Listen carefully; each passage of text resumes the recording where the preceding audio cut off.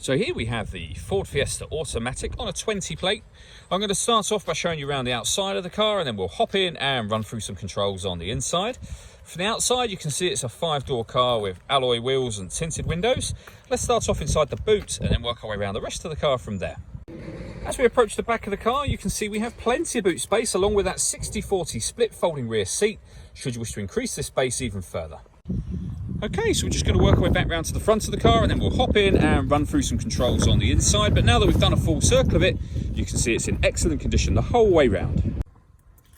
Just briefly before we climb in, I think it's what we're seeing the interior from this exterior point of view. There's plenty to run through on the dashboard, so let's hop in and we'll do that now.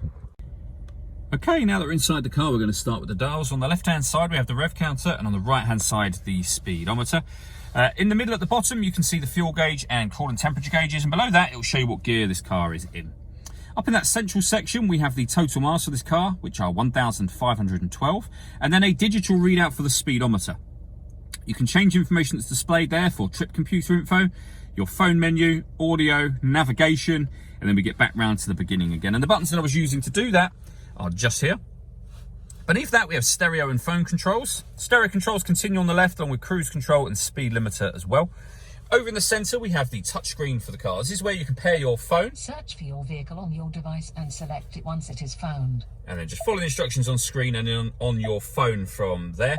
You can see this car has AM, FM and DAB radio, as well as Bluetooth audio, so you can stream your music wirelessly, as well as making and receiving phone calls.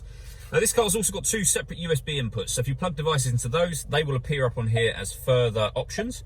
And you may have noticed, it has satellite navigation. There's a full video showing how this system works on both our website and also on our YouTube channel as well. Working our way down, we have the climate control. So you can determine the temperature and fan speed, where you'd like the air to be distributed once it enters the car. The air conditioning is on at the minute, so off, back on again, or hit auto. The car will now maintain the temperature you've asked for by taking full control of the fan speed for you. You can override that at any time you wish to, and then put it back on your own settings here to put it back into a manual mode. With a heated rear screen and a proper heated front screen as well, 12-volt charging socket, and one of the 2 USB inputs, along with the gear lever for the fully automatic gearbox. We then have these 2 buttons here. This one turns the traction control off, should you wish to do that. And this one turns off the stop and start. This car is designed to cut out when it's stationary in traffic to save you fuel. That system is now off.